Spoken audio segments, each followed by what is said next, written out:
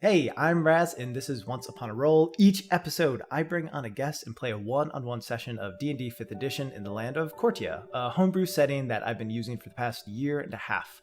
The ultimate goal of this show is to fill out my world with more stories by getting help from other creative minds. Each episode will take place at different times and different places across Cortia in order to better flesh out the setting. So if you missed an earlier episode, feel free to go back and check it out, but you won't be completely lost if you haven't, as this is a new story. Anyway, I'd like to welcome my guest this episode. He is my favorite and only brother. Hey, Mike, how you doing? Doing pretty well. So the question I always ask to my guests is, have you ever played Dungeons & Dragons before? Yes, I have. I've been playing D&D for about 10 years. I think I actually was the one who introduced you to it. You introduced me to it back when 5e was not out. Yep. We played 3.5, and I played a bard, and it was horrible. Like, bards were so bad then. They were really no good. But now they're the best. So I think I house-ruled some stuff to make it okay. I don't remember. But I do remember I was a bard named Raz, so Yeah. the creativity there was low. It's just what I named all my characters, I guess. I was looking through old character sheets, and by old I mean not that old, somewhere from this year, and I've played 3 different characters named Slim Pickens, so... Well, I mean, names out there. Sometimes they're just slim pickings. Have you ever played a D&D session just with you and a DM? I mean, I know you typically DM. Yeah. I've not. And so you've never DM just one player either? No, I haven't. I've done segments of games where I've sent players out of the room or I've gone away with a player, but it's never been more than 10 minutes. Sure. Well, I'm excited to see what you think of the style. Yeah. So we will get into this episode. Yeah. The kingdom of Cortia has thrived for over 1,000 years.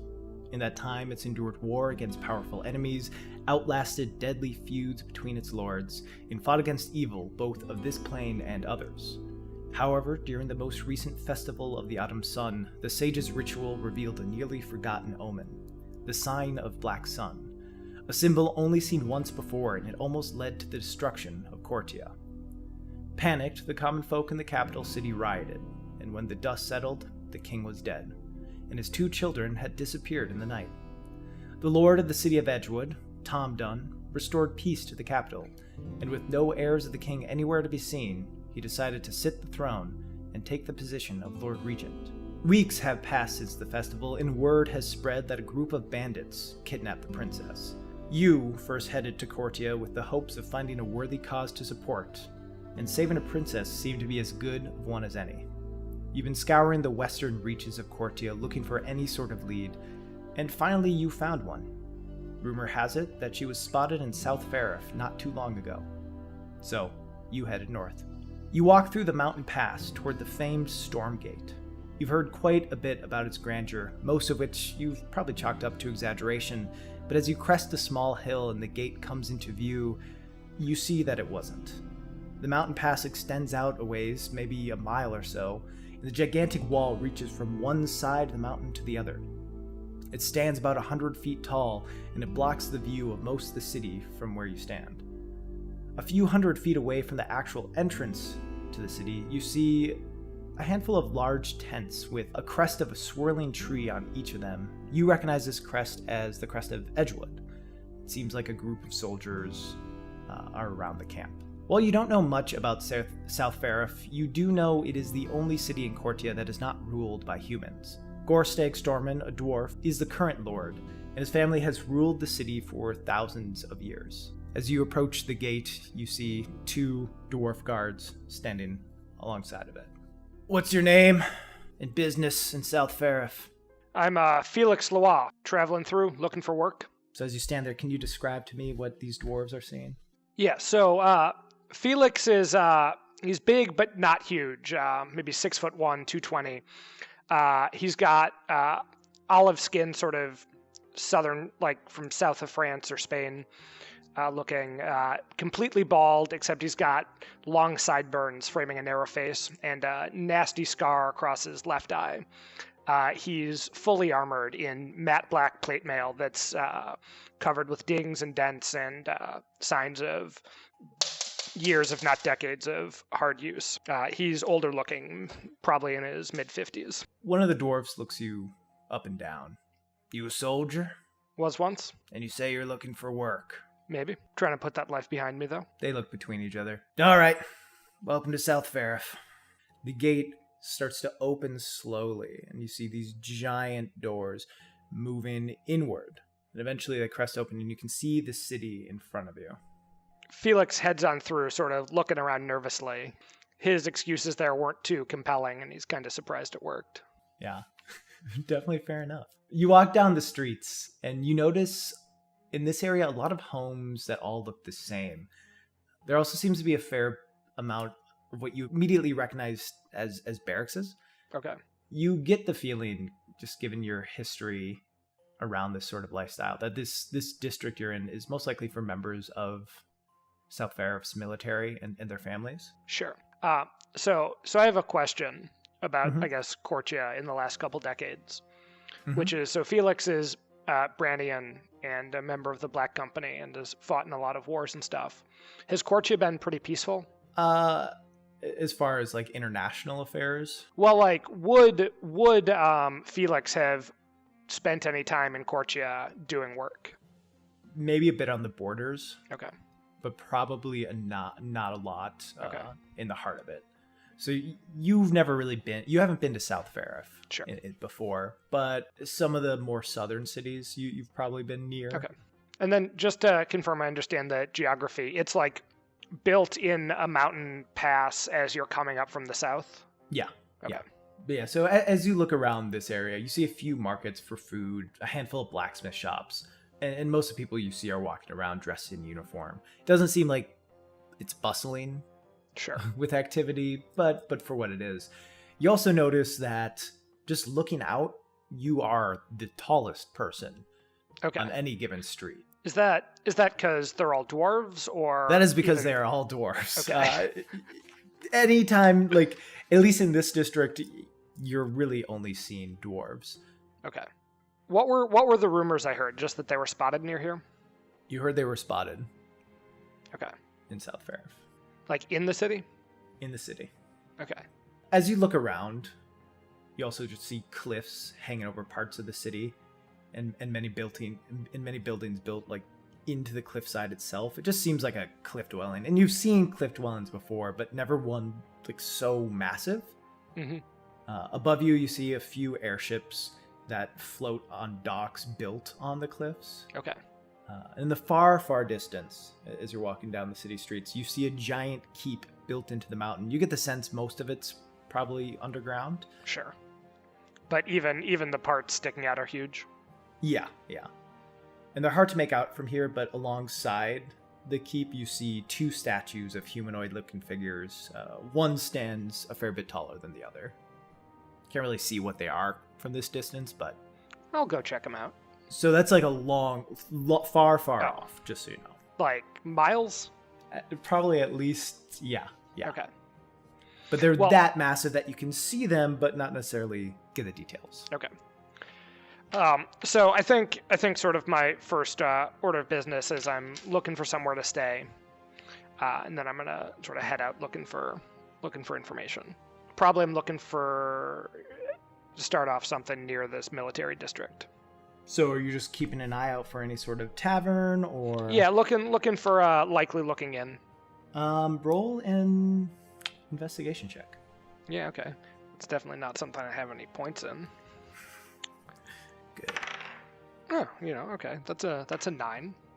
So, as you're looking around this area, you really aren't seeing any sort of inn. There are a few taverns, but they really, as you like poke your head in them, they just seem like bar rooms.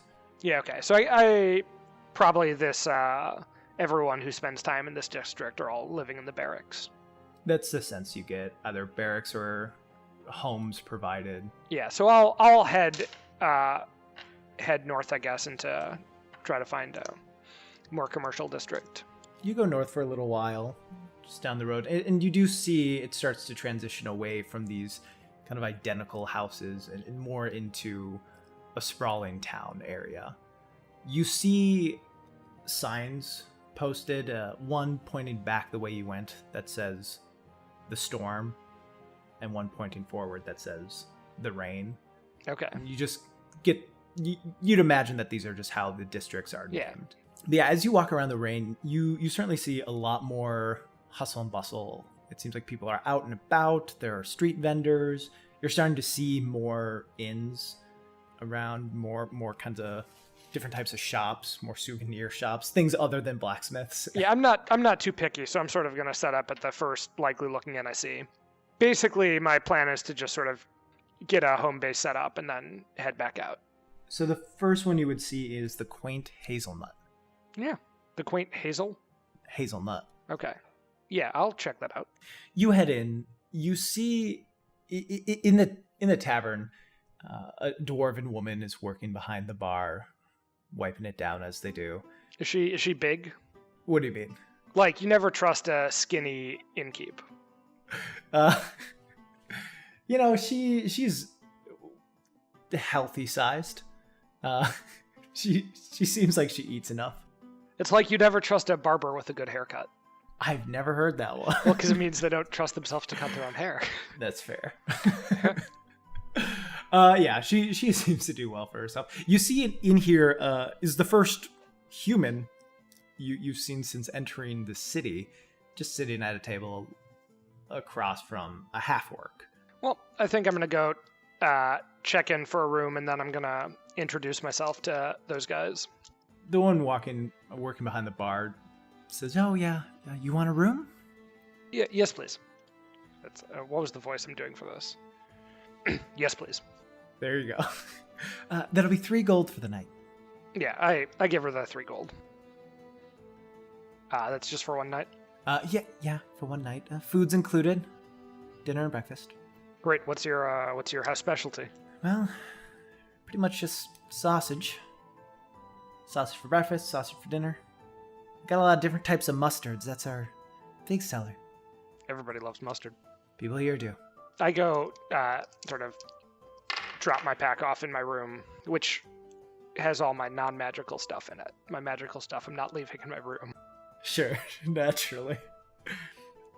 Which I guess is kind of obnoxious because it means I need to carry around a fucking halberd everywhere. So I have a question, which is at the taverns back in the soldier district, were people wearing armor? Like, would it be weird if I showed up in my armor? Yeah, people were wearing armor. Okay. Great, then I will keep wearing my armor. Okay.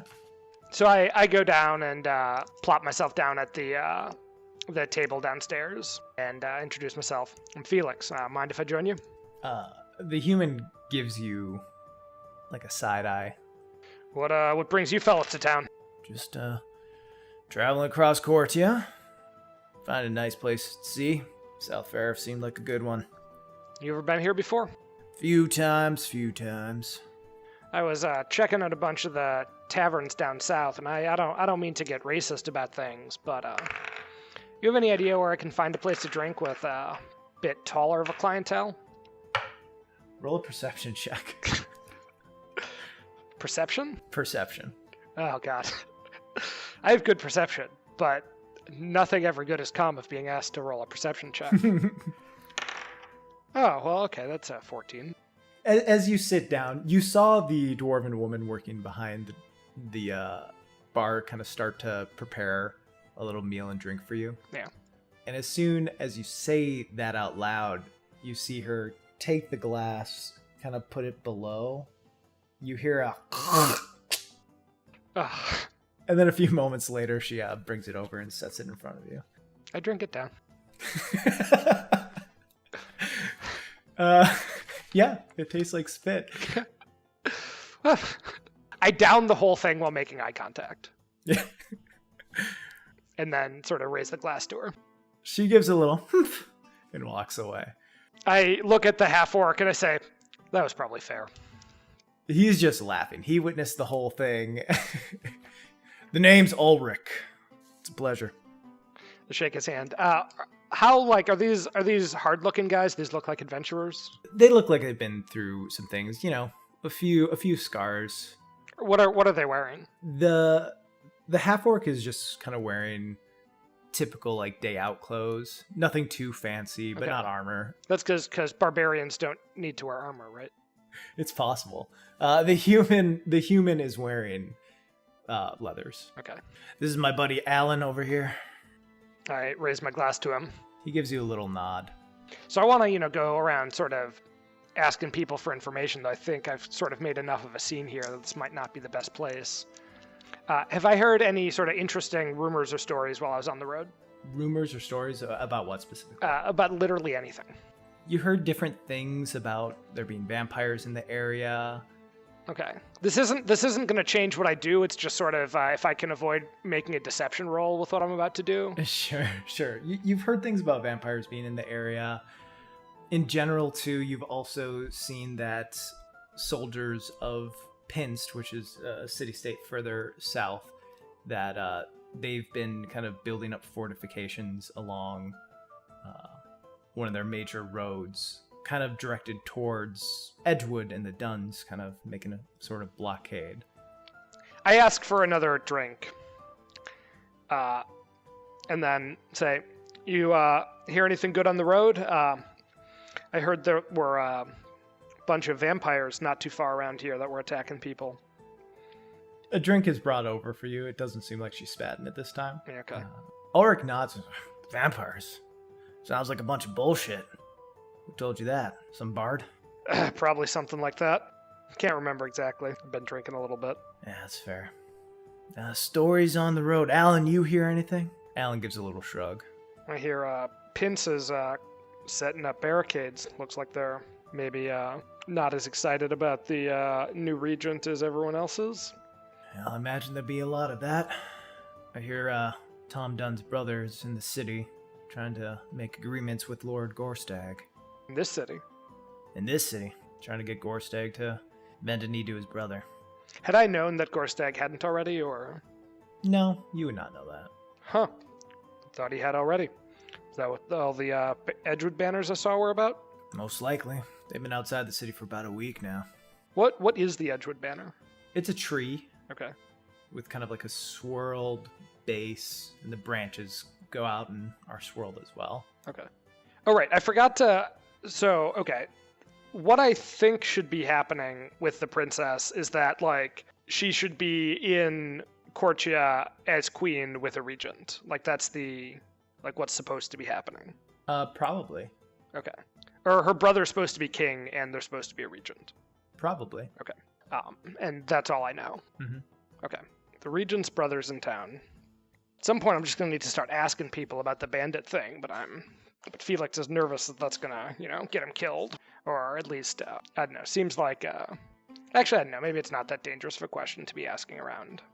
So he's just going to drain another half of his drink. I heard some rumors that the princess was spotted around here, getting dragged around by bandits. You hear anything about that? Arik looks at you. Here in South Farith, they said that? That's what someone told me. It's possible. I haven't heard anything like that. I mean, there's a group that's wanted for kidnapping her. Have I seen wanted posters? Around the city so far? Yeah, or just in general? In general, no. You were kind of between big cities. Okay. When, like, the news came out. So you had heard enough of, it sounds like people kidnapped her. But you hadn't really seen one. As far as wanted posters, no, you did not see any in the military district, and you didn't really walk around the rain that much. He does unfold a piece of paper from his pocket and slides it over, and you see the pictures of 6 different people. One's a half-elf, one's a genasi, one's a dragonborn, a human, another half-elf, and a tiefling. And like they, just sort of profiling them a bit, looks like they probably form a balanced class distribution. You could assume that. I look at it and I'm like, looked like they probably got a wizard with them. These aren't just run-of-the-mill bandits. Yeah, I wouldn't know about that, but bandits are bandits. Does it have anything about last seen or... They were last seen in Pins. And that's what... It's probably like 200 miles away. Okay. I don't know if I'm going to get anything more from these guys. I never got an answer to them about where humans hang out. Just spit in my drink. Yeah, they did not really answer your question. Yeah. I think they were nervous about getting spit in their drinks as well. I mean, Felix doesn't have any problem with dwarves. He just, if all the dwarves here are soldiers or whatever. Or I don't know, if like it'd be nice to find some non-soldier adventuring sorts, right? Because they're the ones who are likely to know stuff. Though actually, I just realized something. I'm like, hey, wait, Ulrich, you just been carrying this around? Well, there's a lot of gold involved. If I ever do see one, it could be a good payday. I sort of lean in. Wait, okay, this is where I get to make an insight check, I guess, first. I'm gonna make an insight check. Okay. I think he knows a lot more than he's telling me. Okay, that's a 16. Oh yeah, he's full of shit. Okay, so I'm gonna lean in and I'm like, look, I'm no, bard or storyteller or anything, but I know when someone's spinning me a pack full of bullshit. Spent long enough in the core to know that. So why don't you tell me what you're really up to? And I get like 2 inches from his face. I'm gonna make an intimidate roll. All right. Okay, that's not great. So that's 11. I'm gonna switch d20s. Smart. Ulrich looks you in the eye, and he stands up. And you're obviously sitting, so he's towering over you. Yeah. He does seem taller than you in general. Okay. Alan, I think it's about time we left. The human nods. Half-orcs respect strength, right? Are you saying that out loud? I don't know. No, what I do out loud is I stand up and I headbutt him. You headbutt him? Yeah. Oh, God. All right, roll the hit. Yeah. It's a terrible idea. 22. That'll hit. Roll, I think that just does 1 damage. Okay, wait, like 1 plus my strength modifier? 1 plus your strength. So I don't know, have you ever been headbutted? It hurts, yeah. No, I haven't been headbutted, but I imagine it hurts. Yeah. Okay, so I stand up and I headbutt him. Okay. And your strength is 4, so 5 points of damage? Yeah, you headbutt him. He holds his... Oh! Ow! My nose! Does it look like he takes half damage from all bludgeoning, non-magical bludgeoning, piercing, and slashing damage? Not at this point. Okay. Because he's not raging. It's weird how that works. All right, roll for initiative. Okay, that's 11 because I rolled a 12. Okay. Alan gets to act first. Oh, that's very bad, actually. You hear a sword get drawn from a sheath, and you feel swing coming from behind you. Does a 22 hit? 22 hits, yeah. Okay. You take 7 points of damage? Yeah, okay. 4 points of damage. Because I take 3 fewer damage. Oh, wait, is this magic? This is not magic. Okay, I take 4 points of damage. You take 3 fewer from non-magic From all hits? non-magic slashing, piercing, bludgeoning. Very nice, very nice. And now Ulrich is up. Okay. He does not have a weapon by his side, and he is going to spend a key point to use Flurry of Blows on you. Good. That's a natural 20, I'm sorry. Yeah. This counts as magic, right? Yes. Yeah. Key infused blows. It's possible I made a mistake. I was hoping that he would respect my strength. 15 points of damage. Yeah, okay. I'm sorry. Another natural 20. That one's way lower, though. I rolled... On the first one, I rolled a 6 and doubled the die. The second one was a 1. So, 5 points of damage. Does a 12 hit you? No. Does a 14 hit you? No. Okay, so the last 2 miss. I need you to make a dex saving throw. A dex saving throw? Yeah. 16. That'll be enough to save, yeah. So you feel like the second hit comes and you feel like you're about to be knocked over, but you're able to put your feet into the ground and stay up. Yeah, it's part of the flurry of blows. Yeah. You are up. Okay. This is a bad plan. We're gonna go with this, which is that Felix just bursts out laughing, grabs his half-full pint of ale, and downs the rest of it without drawing his weapon. Okay. Yeah, Alan and Ulrich do not seem affected by that. However, the dwarven woman behind the bar, as they both kind of go back to strike again, she yells out, "Leave him be! But you get the hell out of my bar. You starting fights in here? That's not all right." Yeah. I'm gonna go take my stuff and leave. Yeah. Her words seem to convince Ulrich and Alan not to beat the shit out of you. You're able to walk upstairs. You get a lot of fucking people just looking you down, especially Ulrich and Alan as you're walking out. I'm gonna take a short rest.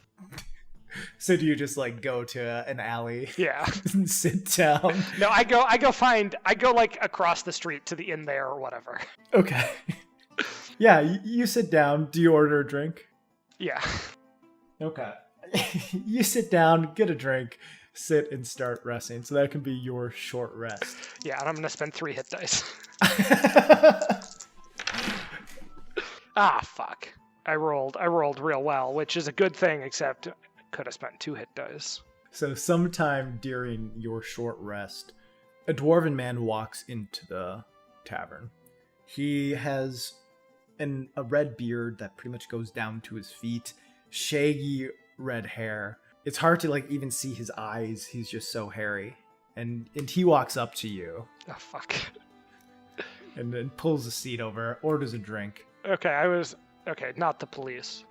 No, certainly not the police. He's too shaggy to be any sort of authority figure. I saw what you did over there. Some good stuff. Fuck, do I need to run out of here too? Nah. You do seem strong, like it can take a bit of a hit, though. Yeah, I'm basically good as new right now. Just needed to drink it off. I overheard a little bit of what you were talking about in there. Looking for information on the princess. Yeah? Well, I just so happen to have a little information on the princess, and I'd give it to you for a bit of a favor. What's the favor? Well, I was hoping you'd agree to it first. You can tell, at this point, he's very clearly drunk. Okay.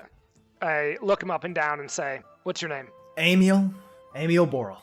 Well, Amy, I'll tell you what. I'm Felix Leroy, and I do what I say I will, and I get the job done. But I'm not going to agree to do something that I don't know what it is. Because like I said, I do what I say. That's fair. Look, I need to make a little bit of coin. I saw you back there. Looks like you can take a hit. Have you heard of the Thunder? Have I heard of the Thunder? Roll a history check. Oh, fuck, I got... what's the stat for that? That's intelligence? Intelligence. Okay, yeah. well, I got proficiency history. But I rolled a 3. So that's a 7. You have heard of it. You don't know a ton about it. You've heard just in your time with other soldiers, people talking about the Thunder just as one of kind of the premier fighting arenas. Okay. What about it? Well, I've been looking to place some bets on a good fighter, a sure thing, and I watched you take some serious ass hits and look perfectly fine. I'd like you to enter, and I'd like to make some money with you. Yeah, so Felix knows that this is pretty harebrained, but also he sort of pissed away all of his previous leads, and he's a couple beers in. So he looks at the guy and says, yeah, why the hell not? Yeah, Emil looks shocked for a second as you agreed to it so easily. He's like, are you good to start now? Yeah. Nice. I'll take you in. There is an entrance fee. 20 gold. You got that? I give him a look. Roll intimidation. Oh my god. So that's a 6. So do you got it, or? Yeah, I got it. All right. Well, let's finish our drinks, get another drink, and then head on out. I look at him again and I say, you don't have money to pay for the drinks, do you? Not a cent, no. Yeah, I buy him a drink. We head out. Oh, wait, I'm going to make an insight check on this motherfucker, though. Okay. Okay, like 24. This guy's like a Weasley little piece of shit, right? Certainly Weasley. Is there any chance that he's not just bullshitting me? You get the sense from the way he's talking and the way he is, and that he approached you, a complete stranger, to fight for him. He is probably in some dire need of money. Like, he is pushed up against the wall and is kind of trying to throw a Hail Mary pass at whatever opportunity he sees. You get the sense that maybe just the kind of person he is, he might know people who might know something. Because a lot of times this folk usually have some sort of connection who knows information that others aren't privileged to. Okay. I'm gonna lean back down and talk to him for a second. Or he's a dwarf, right? Yeah. I'm going to say, one more thing. I'll give you a chance to back out of this if you got to. Like you noticed, I'm kind of a scary guy. If you're fucking with me, if you don't have the goods, this isn't going to end well for you. You got it? Roll intimidation. Oh my fucking god. Okay, 10. Of course, I got it. Yeah, we'll be fine. I'm gonna have to murder this guy. I'm gonna go along with him. Okay, yeah, you guys finish off your drinks. It's 3 gold just for, or 2 gold, sorry, for essentially 4 drinks. Yeah, Felix is sort of figuring this guy is probably gonna screw him, but he can probably sort of work his way up the chain after it. And plus, he hasn't hit anyone in a while. After you guys finish your drink, he wobbly leads you out of the tavern. I think Felix is just sort of happy to have a lead that involves hitting something to let him focus back on his core competencies. You guys head north for a while. As you're outside in the main streets, in this area, you are starting to see a few more non-dwarfs, a handful of gnomes, a few humans, and then, the occasional rare race, 1 or 2 dragonborn, some tieflings, but still mostly dwarves. Probably the other races stand out so much because you can actually see their faces. Right. But I'm chatting to him up about whatever, about beer, about the town. I'm being friendly, but yeah, he's chatting back, taking the wrong turn a few times. Like, oh shit, back this way. As you're walking, you see a lot more. You're starting to see some of the wanted posters posted around town. Okay. I'm gonna go grab a copy for myself. Okay. How dubious is that? Because I guess in like Assassin's Creed or whatever, tearing down the wanted posters makes them less wanted, and the police get mad at you. No one seems to be bothered by it. There are enough posted around that like there are some instances where there's like 3 right next to each other. Which is probably designed to let bounty hunters grab. Have some people, yeah, exactly. At some point, I sort of interrupt him and ask, so, who you owe money to? Roll a persuasion check. At advantage because he's drunk. Okay. Hey, that's a 15. The coroners. The coroner. Okay, now I'm gonna roll an intimidation check as I sort of lean in and give him a big toothy grin. Yeah, also make a history check. Okay, so I'll do history first. Woo, 19. Yeah, so he said the coroners. This is something you would be familiar with. The coroners are pretty much the most notorious crime syndicate in Cortia. They're set up in a handful of major cities, South Farith being one of them. Okay. The Black Company probably has done some work with them, and there's probably been crossover between those two in terms of members in the past. Yeah, so I let out a low whistle and then sort of lean in close to him and cough. All right, now you can roll intimidation. Do I have advantage on this, or? Yeah, I'll give you advantage. Okay, so that's going to be a 17. Yeah, I go money to the corners. Ran into a little bad business with them. Thought I had a nice magical item to sell them. Well, I sold them an item that I thought was magical. They thought was magical for a little while. Turns out, you wouldn't believe it, it wasn't magical. So 24 on the insight check. Did he think it was magical? Oh, he knew it was not magical. And it turns out they found out I had already spent the cash, so, I got a little bit on me right now. I'm going to try to double it, then double it again on these fights. I look at him. You're a dumb fuck. He gives a big grin to you. Okay, that's all I need from him right now.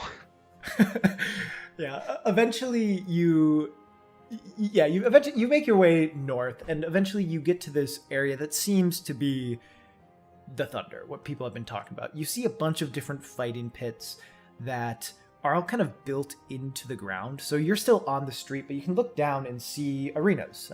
In one of them, there's a man fighting off 2 lions.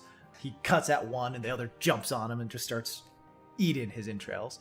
It's pretty gruesome. You just see all around, there's probably like 5 or 6 pits nearby of just different fights, and dwarves, humans, all the like standing around them, looking down, yelling out things, holding money, gambling on the affair. You see a little bit ahead of you is a much bigger arena. This one's a square arena. It does the same thing, that's kind of built into the ground and lets people at the street view look down into it. Emil says, "This is the one we're going to." Yeah.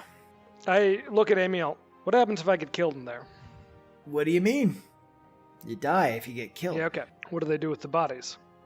They burn them, bury them? I don't fucking know.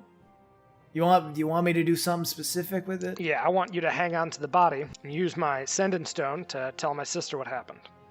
Okay. Will do. And then hang on to the body, do what she tells you. You got it? Of course. Anyways, I head on down. As you're heading on, he tells you he'll set everything up for you. And you see him go off to a little desk where there's a few attendants working, point you out. You can hear just a few descriptions of you, like, the strongest motherfucker I've ever seen in my life. You know, I saw the man take 50 punches to the face. Nothing. I get out my sending stone, and I send a text to my sister, saying, like, Anna made some bad choices, and about to enter the fighting pits. Heads up, I might need to borrow 500 gold from you. You get a response back. God damn it, Felix. Well, good luck, you fucking idiot. Yeah. Emil comes back over towards you. He has a little pin that he puts on you. This allows you to be in the fighting pits. We'll go down, we'll get a room. You'll, do some fights, win it, make some money. I'll put you in the tourney, just so you know. What does that mean? It means you win a fight, you move forward. You lose a fight, you're out or you're dead or whatever. Typical stuff. I'm gonna really regret using those 3 hit dice, aren't I? Certainly. Yeah. Okay, yeah, you're taken to a little room. Emil, is trying to give you pep talks, kind of goes up to massage your shoulders, but then stops as soon as, he sees your armor on. Yeah. Never mind. You didn't think that one through, did you? No, sorry. You think you got this? Yeah, I should be fine. Good. So the first guy you're going against, his name's Bloodlust. So, there's that. Yeah. I look at him like, if you were clever, you'd find someone to take a dive for you, instead of betting on him to win. Oh, yeah. I ain't gonna do that, though. Shit. Thanks for that advice, though. Yeah. Thanks for the advice. Appreciate you. Okay. Yeah. Felix is all ready. Okay. Eventually, an attendant comes through a door. We're ready for your fight. You ready? No. I head on through. You walk into a big square arena. It seems to be probably 100 feet by 100 feet. So a fair amount of space. The ground is completely flat and sand is all around it. Out the other side, you see a red-skinned tiefling. He has horns that are completely straight and each are about a foot long. And a thick tail moves and waves in the sand as he walks along. Does he have any weapons? No. Okay. Armor? No. Great. Best news I've heard all day. Have I heard anything about this guy? Before this, you're saying? Yeah. Or I don't know. When they were announcing it, did they say anything about what his deal was? No. Okay. Yeah. So at this point, through a door kind of in the middle, so you came out one side, he came out the other. On one of the, on the third side, a man walks forward, and you see him touch his throat and do a little flick of his hand, seemingly casting a spell, and you hear his voice boom out. And he's looking at a piece of paper. Mm-hmm. Ladies and gentlemen, it's a pleasure to have you here in the main stage of the Thunder! And they're like, oh yeah, the Thunder, yeah, fuck yeah! And shit like that. A big applause. We have one of our favorite returning fighters, the strongest monk you will ever see, Bloodlust! And a lot of applause for that. And we have a newcomer, folks. His name is Felix Leroy. And there's no real applause for it. I sort of grumble. These two will fight, maybe to the death, who knows. Enjoy it all, folks. Take in the first round of the Thunder Tournament. And he turns and goes back in. Okay. There's no dinging bell, but as soon as the door closes, Bloodlust seems to kind of move towards you a bit. So here's when we'll roll a nit. Woo, 17. Cool. You will act first. Okay, how far away is he? He is 40 feet away from you. God damn it. Yeah, okay. Well, okay.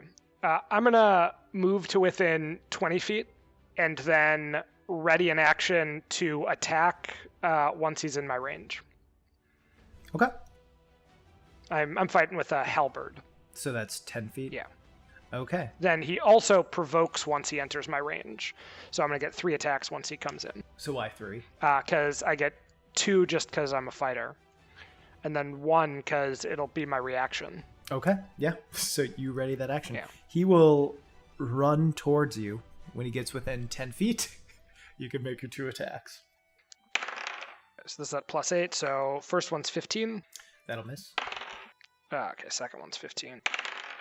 And third one's 21. So from 10 feet, you swing twice. He dodges under one and kind of jumps over the other and gets within 5 feet of you, and he's about to punch, and he gives a little grin as he got through your defenses, but then you pull the halberd back and stab it into his leg. Roll for damage. Okay, 12 points of damage. Shit. Okay, he is going to unleash a flurry of blows on you. My AC is 19. So one's a natural 20, and one is a 21. Oh my god. So the crit does a total of 8 damage. Does this count as magical? Yeah, it's key infused. Okay. And the non-crit actually does more damage. 9 damage. His other 2 hits, a natural 19 and a natural 18, so those are both going to hit you. For damage on these, that's 8 damage, 7 damage. Okay. He is now within 5 feet of you, and you are up.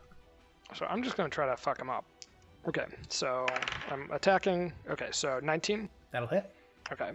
Then I'm gonna let's go big or go home. I'm gonna make my second attack with power attack. So great weapon master. So -5. Yeah, so this is probably a bad idea, but oh no, it wasn't. I mean, it was, but it worked out. That's 23. That'll hit. So first hit. First hit how much is 1d10 plus 5. Woo, 15. Oh wow. Okay. Okay, and I rolled a 1, and so it does 16 damage. The second one. Yeah. So you do 2 just massive strikes, one after the other. The second one, you kind of pull your halberd all the way back and just slam it down onto him, cutting into him. He looks dazed. And then I'm going to hit him with the backside of it. Is that a bonus? Yeah. Does the backside count as magic? No, okay. no, I don't think so. I mean, I'm gonna roll no. Okay, that's fair. Okay, 22. That'll hit. That does 1d4 plus 4. Okay, so 6 damage from the backside. All right. Yeah, he's looking rough. It's really lucky that I got that second hit. Yeah. Attacking at +4 is not great. It's not the best. He is going to spend a key point to use patient defense, and then he's going to take 2 hits at you. First one is 26. Oh my god. Second one's a 14. Okay, so that's 1 hit. And that'll do 5 damage. Okay, so all of my attacks are at disadvantage? On this one, yeah. Okay, well, let's do it anyways. Okay, so that's that's an 11. And more garbage, and I'll do the backhand hit for a 15, which I assume misses. 15 misses, yeah. Rolled a nat 20 on the other one. Oh. He is going to, again, use patient defense. God damn it. Spend a key point to use patient defense and swing at you. 2 punches. Ooh. One is 25. The others are 14. That'll do 6 damage. Okay. Okay, I'm bloodied now, as they would say in 4th edition. Looking heavy. Yeah. Okay. Oh god, more patient defense. Yeah, just gonna swing at him. Okay, it's gonna be another miss. 15. More garbage. Okay, there we go. That's a 19. And that's the backhand? Yeah. That'll hit. Okay, so that does 8 damage. Okay. He was looking wobbly, dodging to the best of his ability, but it seemed to be taking all his strength. He dodges your first swing, dodges the second, and then you swing around again with the backhand and just strike him across the head, and he falls down to the ground. All right. Does he look like he's got any, like, shit on him? I mean, he's wearing really just monk robes. Okay. But no, like, rings on his fingers? You don't see any rings on his fingers. There's, like, a quiet from everyone watching, because they're familiar with Bloodlust. They've seen him before. They've never seen you. And then just uproarious applause for your victory. I raise my halberd up, sort of bow to the crowd, and then walk out without saying anything. I'm going to use my second wind. That gets me 11. I come out and I'm like, okay, what next? Emil's there, like, slack-jawed, open-mouthed. You're kind of starting to wonder if he picked you because you have a really nice-looking halberd and was thinking, if this guy dies, I could just sell that thing. Yeah. But he seems impressed. So the thing is, I was going to say, like, if I die, sell the halberd and use the money to raise me. But the problem is that no one would do it. And so instead the instructions are like, ask my sister for help. Yeah. Presumably after selling my stuff. Certainly. All right. So what's your HP at right now? 53. Okay. That's respectable. I come back out to Emil. I'm like, Emil, I want this to be clear again. If I get killed in there, my sister's going to get me raised. And if you help it along, no one's going to have to come kill you afterwards. Got it? Roll an intimidation check. Do I get advantage on this because I'm like dripping in monk blood?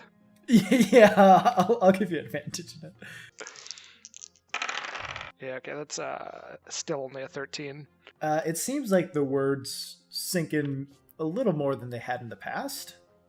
But he does give you the same... Oh, yeah, of course. Okay, yeah. Like, I don't care if you steal my weapon, but I'm getting raised. Give him a look. Okay, so I should... how long till the next fight? If you're wondering if it's long enough for a short rest, yes, it is. Okay, great. Long enough for a short rest. That's exactly what I was wondering. Yeah, it's...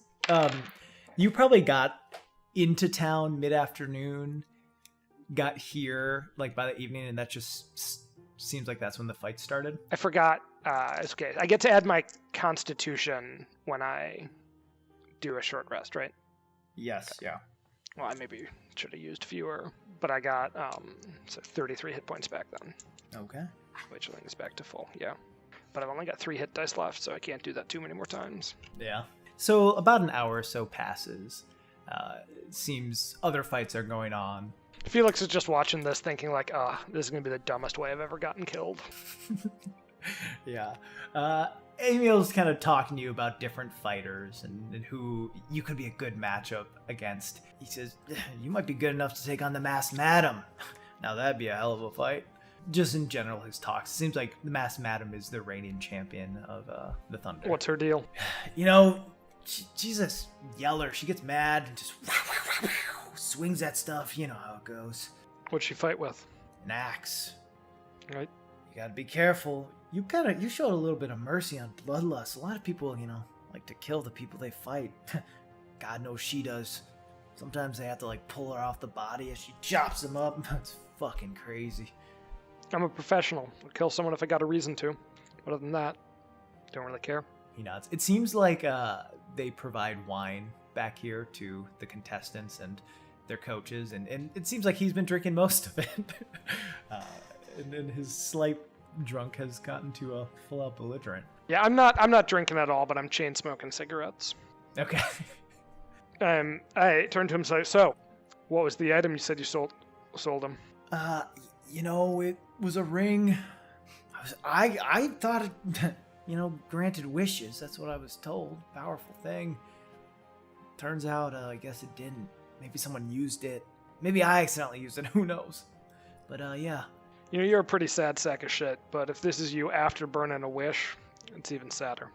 Oh, God. Tell me about it, man. Anyway, you ready for this next one? No, I head on out.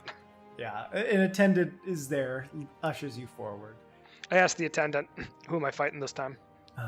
Calum Dacier, ranger, fights with a bow. If I were you, I'd get as close to him as possible. That's when he's pretty much useless. Felix is about to make some snide comment, and he just sort of smiles and says, thanks for the advice. I'll keep it in mind. Of course, I got you. Hey, can you tell the guy, announce me as Lucky? Lucky? Like, just Lucky, just that's it? Yeah, Lucky. Old service nickname. Yeah. I'll talk to Archer about it. Attendant walks off. Yeah, and you walk forward. As you walk in, you see on the other side is a half-elf man. He's wearing a blue cloak. He has long brown hair and that the typical half-elf smirk. Yeah. That like lets you know, yes, he knows he's handsome. Does his bow look like it's fucking magic? Roll in perception. Perception check. You're not really close enough to the investigation. 24. Looks like a longbow. Okay. From one of the sides that neither of you came in, the same man as before steps out. He says, ladies and gentlemen, in the next round, we have a great matchup here with Calum Dacier. And there's pretty good applause. You know, some roses are thrown out to him. It seems like especially the female audience is a fan. And the newcomer who showed his skill against Bloodlust, we have Felix Lucky Leroy. I grumble a bit. The man walks back into the room, and the door closes behind him. Rolling it. 10. Okay. He acts first.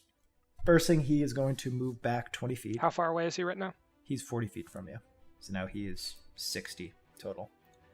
He's going to pull out an arrow, put it in his longbow. You see from this distance, he whispers something, and he shoots it at you. Does a 25 hit? Yeah.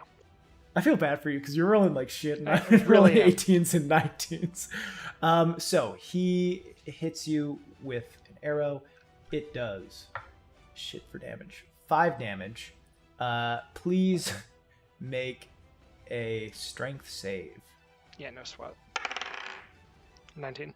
Yeah, you feel like vines shoot out around you trying to ensnare you, but you're able to just shrug them off.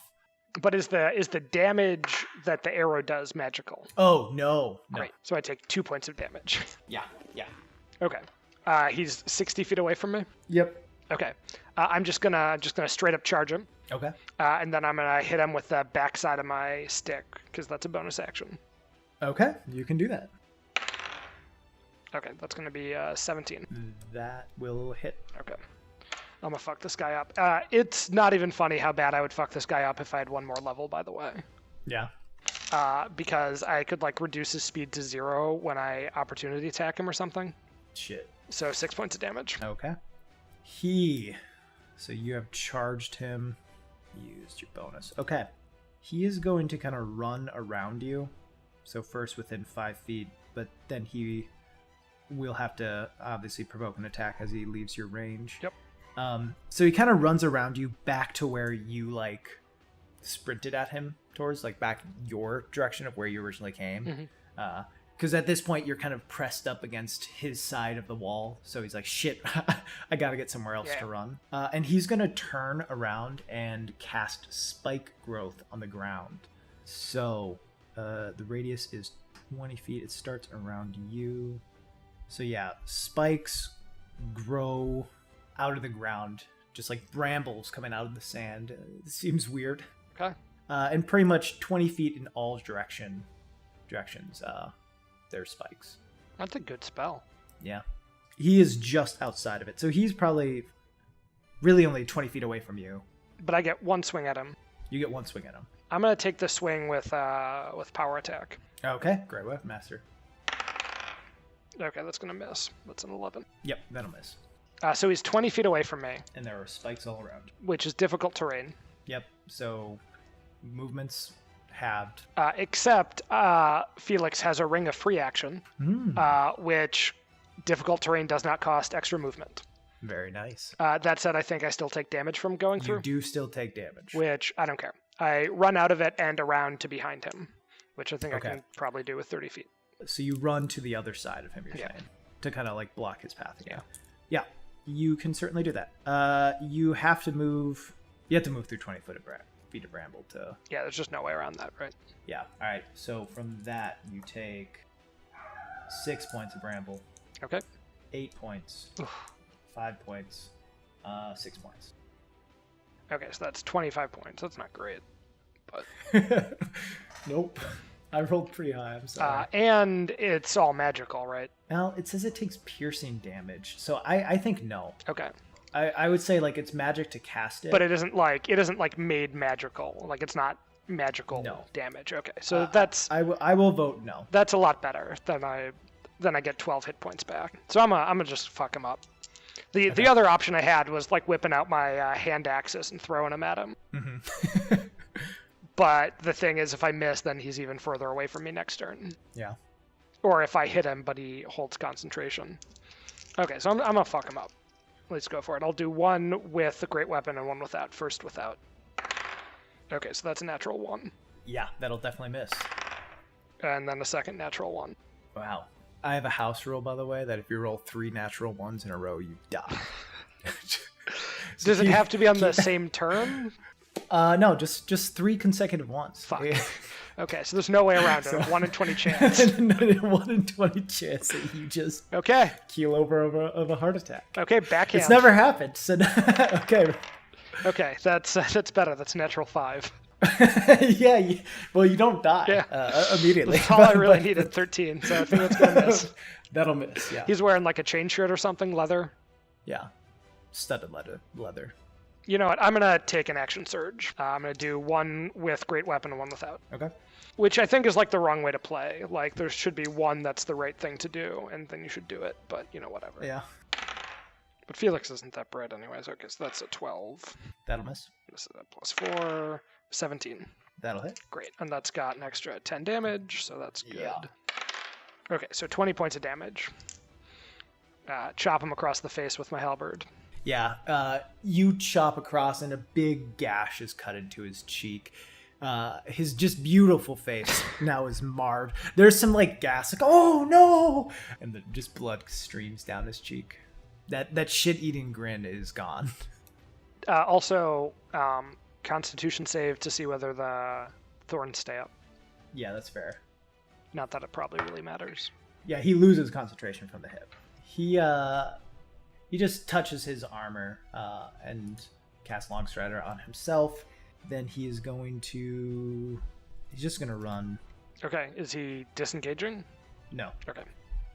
He cannot. He used his action to use Longstrider, but he has moved 40 feet away. Like, if you started on the eastern side and he was on the western, he moves north, so he moves up 40 feet. Yeah, you get a. Okay, so that's gonna hit. That's a 27. That'll hit. Should have done Great Weapon Master. I should have. Okay, so that's a 10. Okay. So now it is your turn. So he's 40 feet away from me. Oh, okay. I get to attack as a bonus action, which is at least you get to do so. Anyways, I run up and I hit him with the backhand of my polearm. Okay, so you dash to get up to him. Okay. Roll to hit. Okay, that's 14. That'll miss. Okay. He is going to sprint to the wall that you first came out of. Okay, wait. 70 feet. So I get a attack of opportunity here. Yeah. Okay, I fuck him up. All right, roll to hit. Okay, 17. That'll hit. Okay, 15 damage. Max damage. He starts running away, and you just slam him in the back, and a gush of blood just fucking pours out of his legs and his back, and he falls forward into the sand. Okay. He looks like he's bleeding. He's bleeding pretty bad. Okay. I don't see any need for anyone to die, so I'm going to just quick go try to, apply some pressure. All right, yeah. As soon as you slash him down, like, there's a mix of cheer and then horror from his adoring fans. It wasn't the face. You already fucked up the face, though, a fair bit. But yeah, you go to apply pressure. Make a medicine check. That's wisdom? Yeah. Yeah, I mean, that was a fail.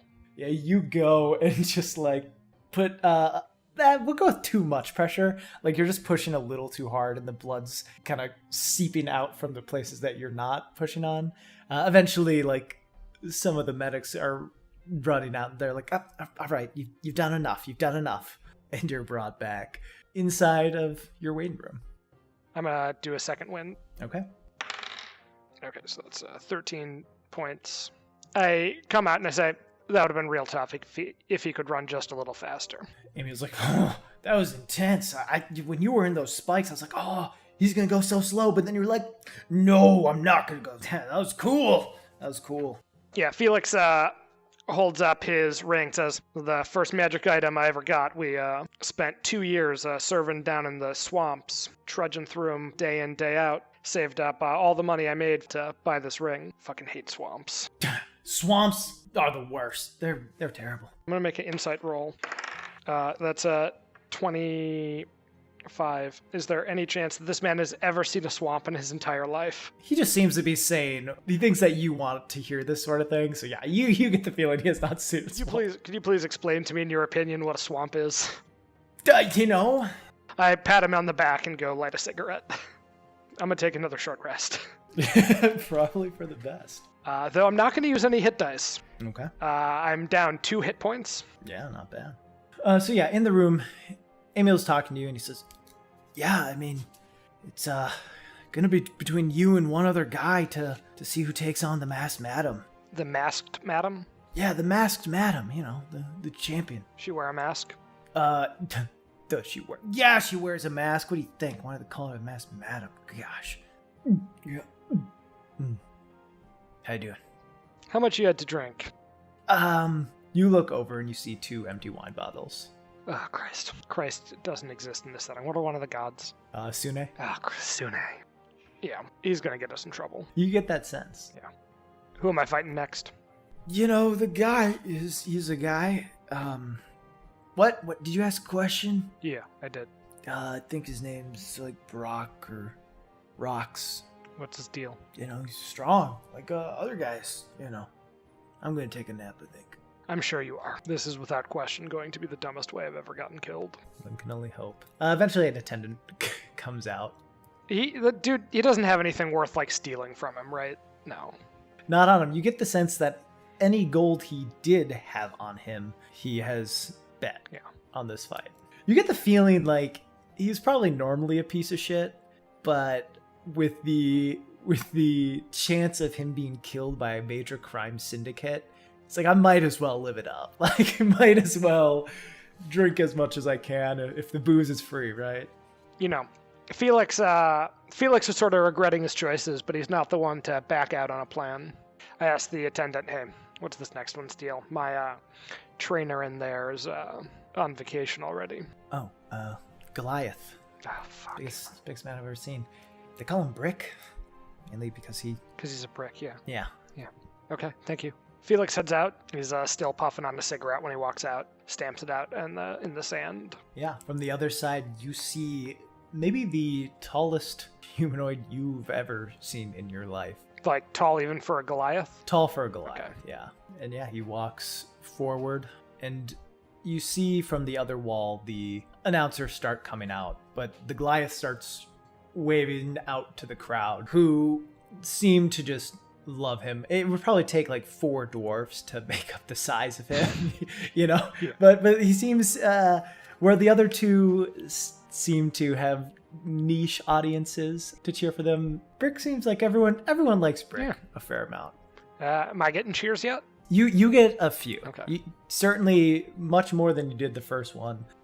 Brick comes out. He is carrying a great sword behind him. Okay.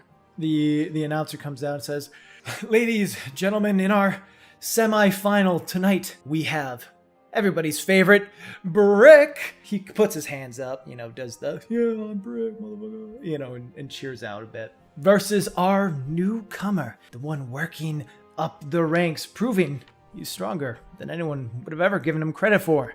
We have Felix Lucky Leroy. And there's a pretty sizable applause at this point. Nothing of what Brick got. Okay. I think that's the point where I snuff out my cigarette when my name gets announced. Okay. And then I raise my halberd up. The announcer goes back inside. Roll for a nit. Okay, that's a 9. He will act first. He bridges the 40 feet between you guys. Yeah. Okay. I get an attack of opportunity. Yep. Whew! Nat 20. Nice. What is so Is that just reach that lets you do that? No, it's my polearm master feat. That's awesome. Yeah. Okay, nat 20. Roll damage. Okay, so how do you do crits? If you want to roll the dice twice, you can. I usually double for speed, but you can roll both dice. Okay, so that's only 14 points. Okay. I guess not that only. That's about what's expected. Yeah. That's a good hit. As soon as you hit him, he goes into a rage. And he is going to take 2 swings at you. Does his weapon look... I'll find out in a second. The first is a 10, so that's going to miss. And the next is a 17. Okay, so both clang off my armor. Just bounce off. Gotta be attacking more recklessly than that. You get the sense he might in the future. Yeah. He gives out a big yell in your face. It's certainly intimidating. I yell right back. Yeah. If you were a smaller man, you might pee your pants, but you yell right back in his face. Ah! All right. You're up. Yeah, I'm gonna go at him. Okay. Okay, so that's first one's 19. That'll hit. Then the second one I'm gonna do great weapon fighting. Okay. Whew. Okay, 22. That'll hit. Okay, so first hit is a 13 for damage. Wow.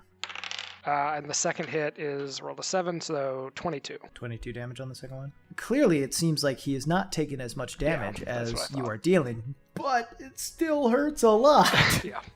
Then I'm backhand him with the backside. All right. That's gonna miss. That's gonna be an 11. Yeah, that's going to miss. Is he wearing armor? No. Okay. All right. He is going to take 2 swings at you. Reckless. Yeah. Wow. Double 3s. First Ooh. one. So that's going to miss. Second. Oh, yeah, that's going to hit you. 21. Yeah, that's a hit. Okay. That's going to be 11 damage. Okay. Is it magical? No, it is not. Can I tell he was coming at me recklessly? It seems like there was more abandon. There was more like reckless abandon in his swings. Okay. So I'm gonna come at him. Great weapon fighting both times. Okay. Okay, so that's a 21 and 22. Both will hit. Yeah. Okay, so that's a total of 41 damage. How much? 41? 41 total. Yeah. I mean, because I get 20 damage just from the 2 great weapons. Yep. No, it's good. You swing pretty much as hard as you possibly can twice. Cut into both of his shoulders. He lets out a yell. Definitely looking pretty bloodied here. And then the backhand. But that's going to miss. That's a 12. Got it. He is going to swing 2 more times at you with his greatsword. Still reckless. First one's 21.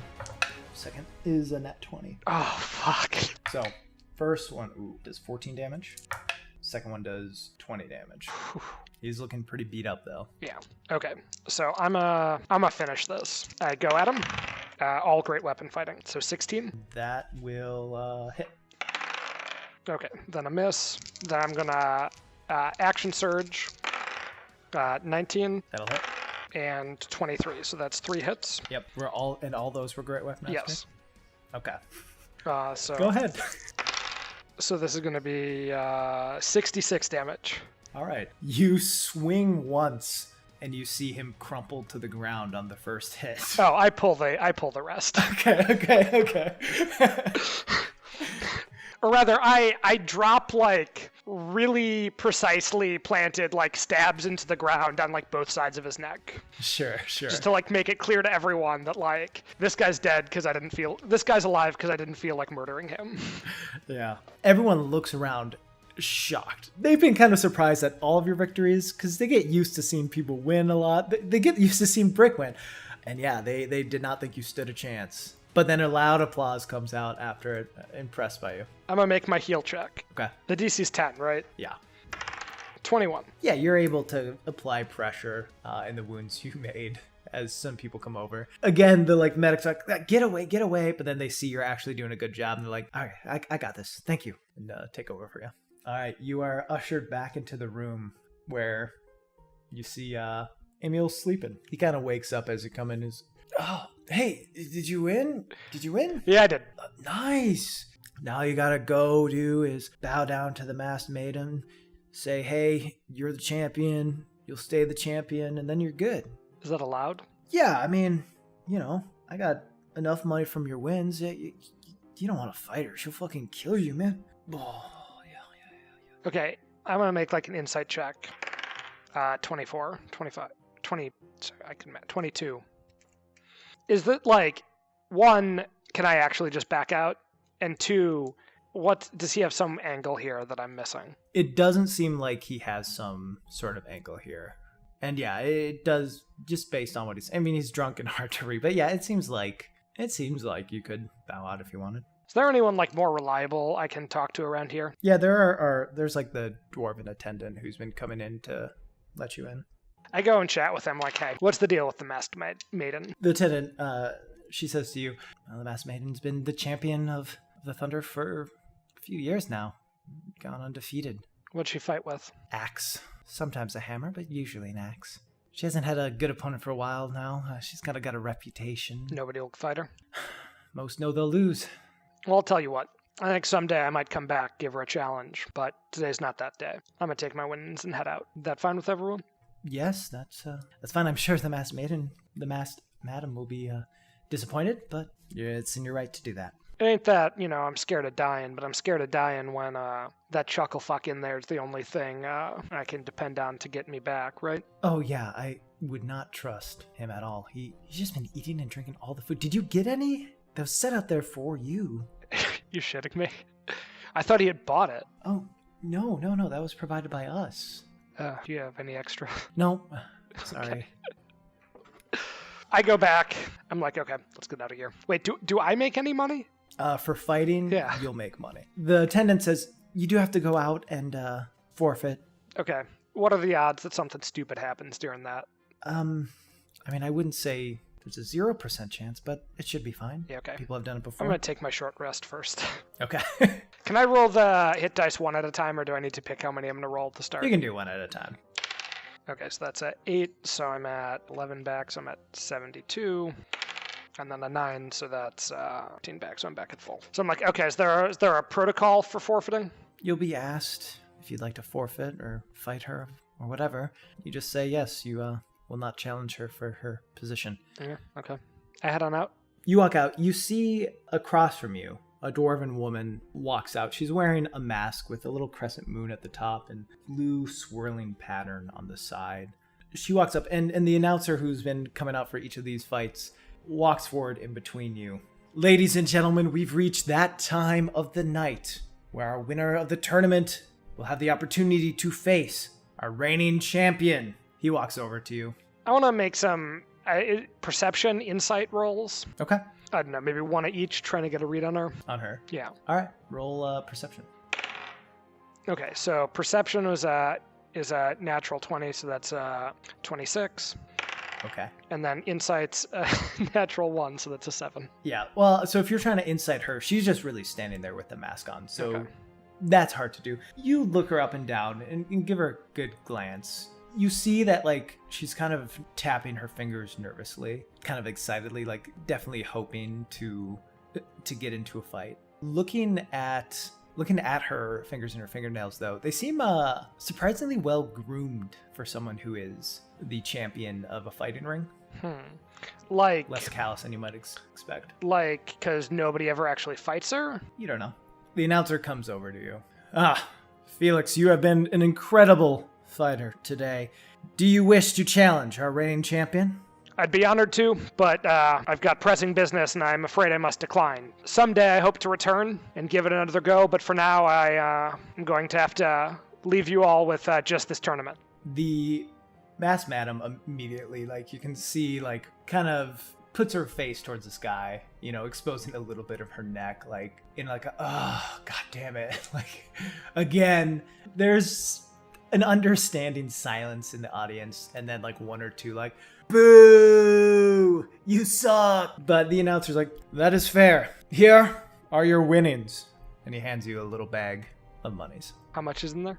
Do you ask him, or? I look. It's hard to get a quick count, but it seems like hundreds of gold pieces. Okay. Yeah, Felix is torn here, but this is a bad time to get killed.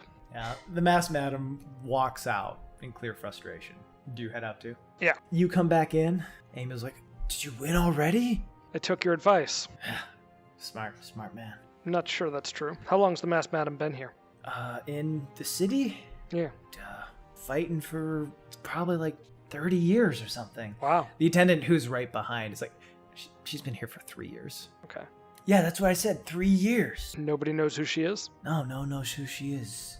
What do I know about, like, the ruling family here? Roll a history check. 23. I mean, you know it's run by Lord Gorseg Stormin. You have a daughter? He does have a daughter. Well, Felix has got a theory, but it doesn't really signify a whole lot. Okay, I go up to the dwarf dude whose name keeps slipping out of my head. I think it's slipping out of Felix's head, too. Emil. Okay, I did my half of the deal. Let's have yours. And I want it to be totally clear. You watched my fights? Yeah. I'm not a man to be trifled with. Let me just go collect my winnings, and I'm gonna go with him. you follow him up. He goes back to the clerk that he had seen before. He hands a ticket back. The clerk looks at it. It's a good lead you had there, and just pushes a little chest that's opened and just filled with gold. Emil takes it, puts it in his bag, turns to you and said, "The odds on you, fucking great in my favor." Yeah, if I had been a more clever man, I would have put some money down myself. Yeah, well, you gotta get clever like me. Clever like me. God's preserve me. I hope I never do. Well, anyway, it was nice to meet you. Have a good day. See ya on the flip side.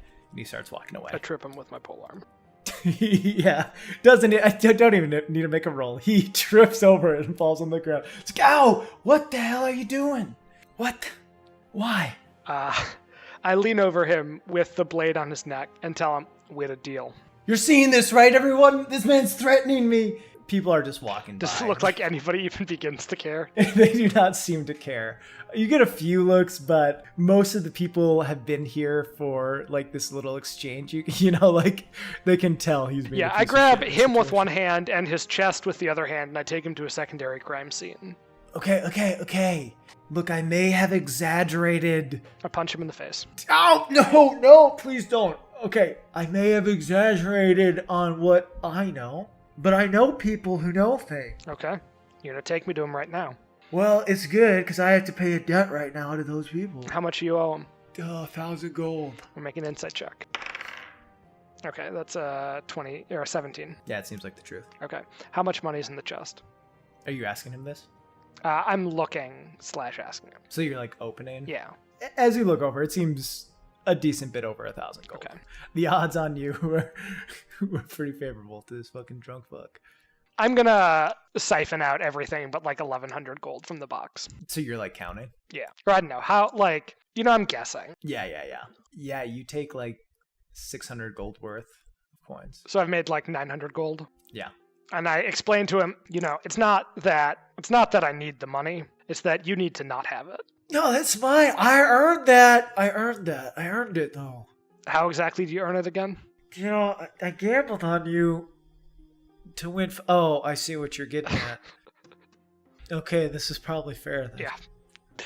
We'll go. You'll introduce me to the guys. If there's actually a lead, you'll get some of it back. Okay. Let's roll. We're gonna have to head to a bad part of town. Is that, fine with you? Yeah, that's fine. Okay. He leads you down, and you start leaving the Thunder area and get back into the main district, which is the Rain. I'm like, hey, I forgot your name for like the 12th time today. Emil, it's Emil. Okay. Just I'll remember it this time. Whatever. And yeah, you guys walk to the east, and you see that the area in town is getting worse and worse. It's not the official title, but you hear Emil refer to this area as the Gutter a few times. How big of a city is this? It's big. Like more than 100,000? It's definitely around there. Okay. And like also, you get the sense that a lot of people kind of live in the mountain walls. Okay. Is this like the second biggest city in Cortia, or? Probably like the third. Okay. So it's Cortia, then... Cortia and Edgewood are bigger. Okay. I just assuming Cortia is big, because... Yeah, it's the capital. But he leads you along to the Gutter. You see here, most of the houses are run down. There's a few inns that look like you would never want to go inside of them, but you certainly get the feeling you will have to. Like the rob you while you sleep motel. Yeah. Probably not a place to stay. Yeah. But certainly places that exist. Yeah, he leads you down. You see a giant fountain in the middle of town with just water pouring out, and you see this seems to be like a place where a lot of people congregate. Kids run around it, drink water from it. people just bring pails over and seem to fill their pails of water and take it back to their house. That's kind of at the center of the gutter. Maybe kind of like the one nice thing about the city you notice. One nice thing about the city, or just this part of the city. The rest of the city has been very nice, but this part of the city. You walk and you eventually see the sign to an inn that Emil starts moving inside, called the Cat and Fiddle. How shady does it look on a scale from 1 to 10? On a scale of 1 to 10, it is the shadiest bar you've ever seen in your life. Very run down, and as you walk in, you see no one's actually working behind the bar. A bunch of figures, shady looking figures, are sitting at tables drinking. It seems all the people here know each other, and the tavern might as well just be abandoned by owners in a place where criminals set up.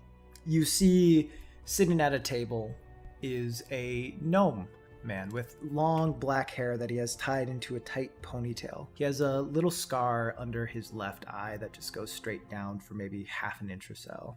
And he looks up at Emil and you as you guys walk in. Emil, good to see you. Insight check. Like a 9, but nobody thinks it's good to see Emil. You don't read that from this man. Okay. So if you are here, I imagine that means you have my money. Emil's like, yeah, I have all 700 of it. Emil, what did we say about trying to fuck me over? Yeah, I have it all, okay? And he sets the chest of gold in front of the man, in front of the gnome. The gnome opens it, looks through. All right, Emil. Now, thank you for paying your debt. If I ever see you in my city again, I will slit your throat. So, fuck off now. Emil just sprints out the bar. I lean over to the guy. I'm Felix Leroy, retired sergeant of the Black Company. I was in this town looking for some information, and that Emil Chucklefuck sold me a bill of goods, said he had what I was looking for after I helped him out. And he said he knew people. I'm assuming you were the people. I apologize that I'm coming to you with such a bad recommendation as to have been working with him, but here I am. Roll a persuasion check. Yeah. I'll give you advantage also. Oh, that's very good.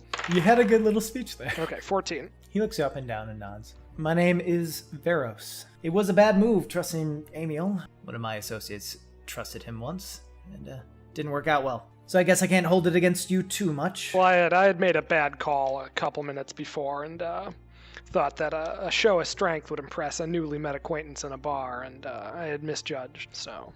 So the Black Company. Yeah. How long do you say you served? 30 years. That's not bad. I'm surprised I haven't heard of you. You might have. I did some work up in the Meadowlands until... What kind of work? Counterinsurgency work. Put down a rebellion there. Got a nickname I'm not too fond of. And what's that? Butcher of the Meadowlands. He turns to some other people around him. The Butcher! In my own tavern. I have heard of you then. Pretty, gruesome. Rough stuff. Wasn't great. Wasn't on me that they didn't surrender after the granaries were burnt, though. Well, the Butcher deserves at least one drink. Is that right? An ale is brought over to you. I lean over and I say, I was looking to do some bounty hunting work. Heard the princess got kidnapped by bandits, and figured do some good old princess saving in my retirement. You hear anything about that? Emil guy thought you might, but been learning every minute that what Emil says he thinks, No, I have not heard a thing about it. Okay, I'm gonna make the insight roll, but I don't know if I have a follow-up.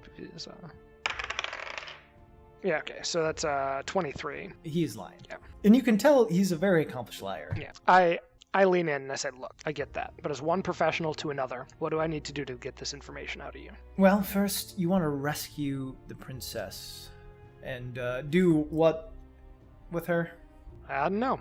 There's a bounty up, right? Bring her back. Guess she's queen then, right? There's a regency because there's everybody's missing. I know. I'm gonna be honest. I'm not a politician. I just heard missing princess, and so your goal is to help the princess. For what reason? Just out of the goodness of your heart? Has the Butcher gone soft in his old years?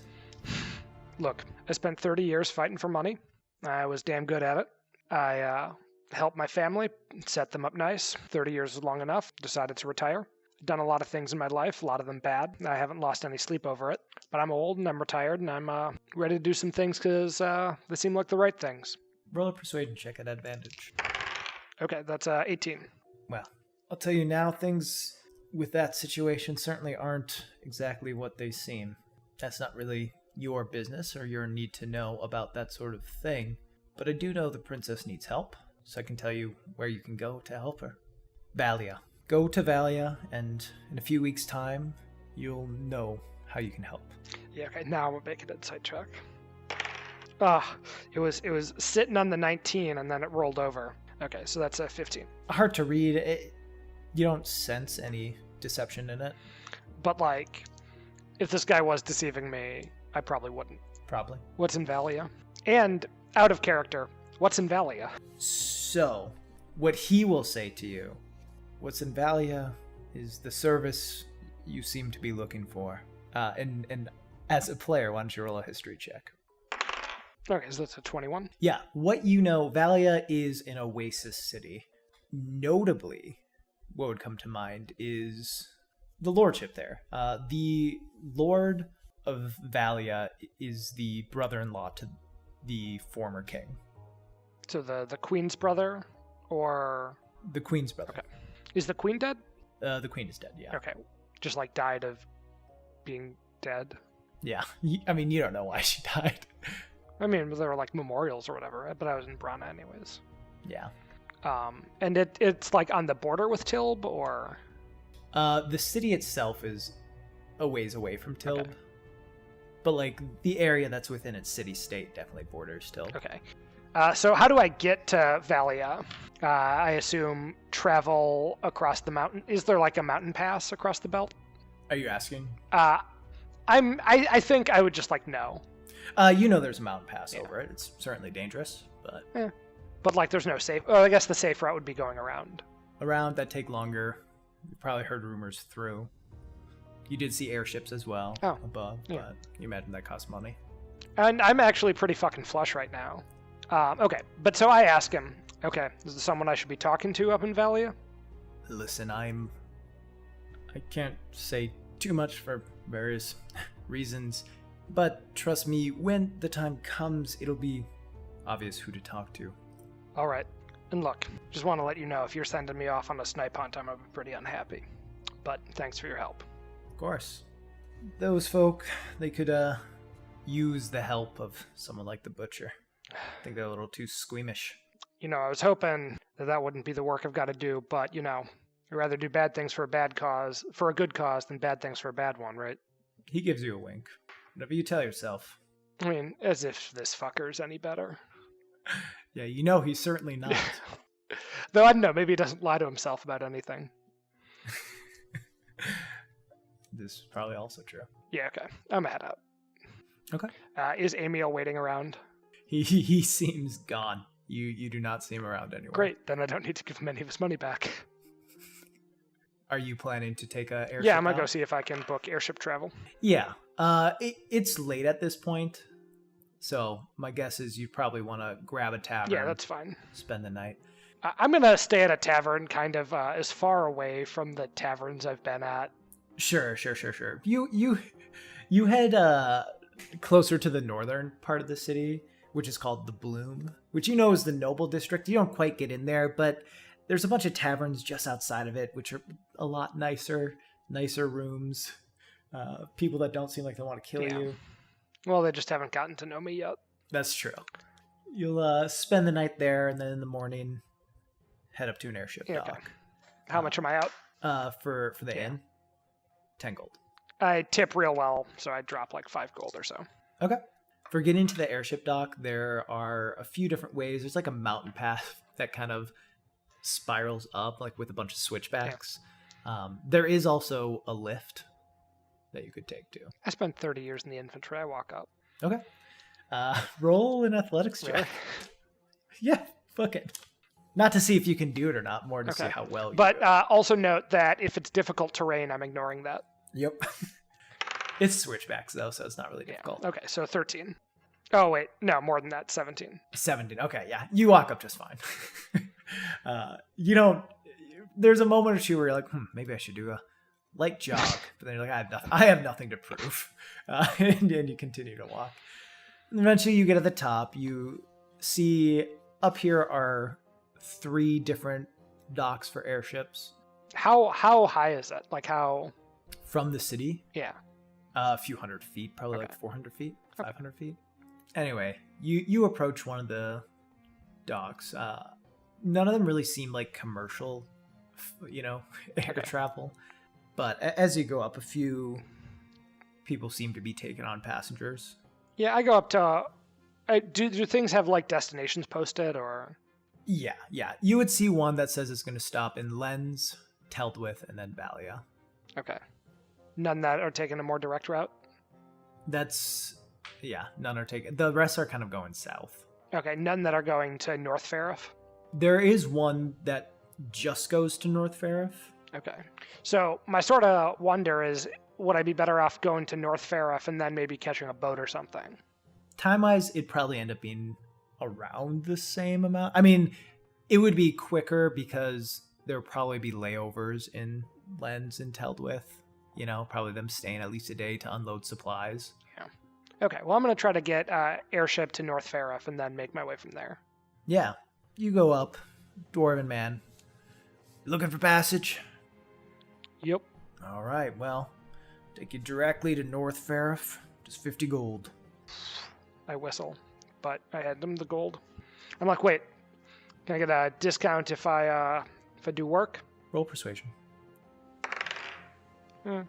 7. I give him the 50 gold. Yeah. And you board the ship, and it's not long until it takes off and starts off flying over the mountainous region of the belt. And with a new lead, you think about how you might be able to help this time. And that is where we will end this session.